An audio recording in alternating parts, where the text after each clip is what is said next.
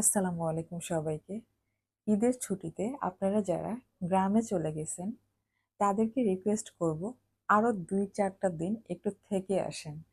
আর ঢাকা শহরে খালি রাস্তায় আমরা একটু রিক্সা নিয়ে ঘোরাঘুরি করি। তো সেই উদ্দেশ্যে হচ্ছে হাসব্যান্ডকে সাথে নিয়ে বের হয়ে গিয়েছিলাম রিক্সা দিয়ে ঘোরাঘুরি করার জন্য। আর ঢাকা শহরের রাস্তা এতটাই খালি যে মানে অবাক হয়ে যাচ্ছি। আর আশেপাশে দেখে মনে হচ্ছে না যে এটা কি আমাদের সেই চিরচেনা জ্যাম শহর ঢাকা শহর, নাকি বিদেশের অন্য কোনো শহর, অন্য কোনো সিটিতে আমরা চলে আসছি। এত সুন্দর, এত ফাঁকা। যাই হোক, ঘোরাঘুরি শেষে বাসায় চলে আসলাম। আর এসে এরকম রসমালাই টাইপের একটা সেমাই খেতে ইচ্ছে করলো। আর এই সেমাইয়ের রেসিপিটা আজকে আমি আপনাদের সাথে শেয়ার করব, যাতে আপনারাও রসমালাই সেমাইটা খেতে পারেন। এই জন্য প্রথমে একটি ফ্রাই প্যান আমি চুলার উপর দিয়ে দিলাম। তারপরে দিয়ে দিচ্ছি চা চামচে 2 চামচ পরিমাণ ঘি। আর এই ঘিটা কিন্তু আমি বাসায় তৈরি করেছি।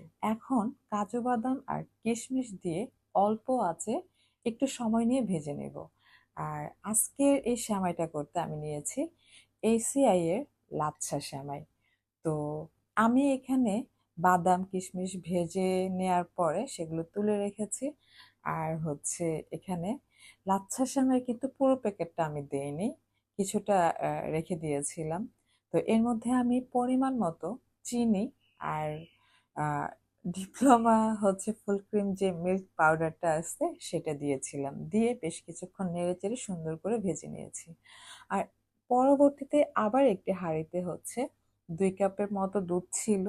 আর সেখানে আমি একটু 2 চা চামচ পরিমাণ কাস্টার্ড পাউডার দিয়েছি, সাথে স্বাদ মতো চিনি আর 1 চিমটি লবণ। তো আমি চেয়েছিলাম এখানে একটু কেওড়া জল দিতে, কিন্তু এক্সপায়ার্ড হয়ে যাওয়াতে আমি আর সেটা দেইনি। আর এই সমস্ত কাজগুলো কিন্তু আমি করেছি ঠান্ডা অবস্থায়, মানে চুলাটা অন না করে। পরবর্তীতে আমি সবগুলোকে মিশিয়ে চুলাটা অন করে দিয়ে একটু নেড়েচেড়ে সুন্দর করে রান্না করে নিলাম, যতক্ষণ পর্যন্ত না এটা ঘন হয়ে আসে। এখন চুলাটা খুবই গরম, আর আমি যেহেতু পরিবেশন করবো একটা কাচের বাটিতে, তো আমি ভাবতেছি যে আমি কি এটা এখানে দিয়ে দেখাবো যে কিভাবে ডেকোরেশন করছি, আবার যদি ফেটে যায় সে ভয়টাও পাচ্ছিলাম। তো এই জন্য একটা স্টিলের বাটিতে আমি আমার এই কাঁচের বাটিটা রেখে তারপরে তার উপর সেই ভেজে রাখা লাচ্ছা সেমাইটা দিয়ে দিলাম।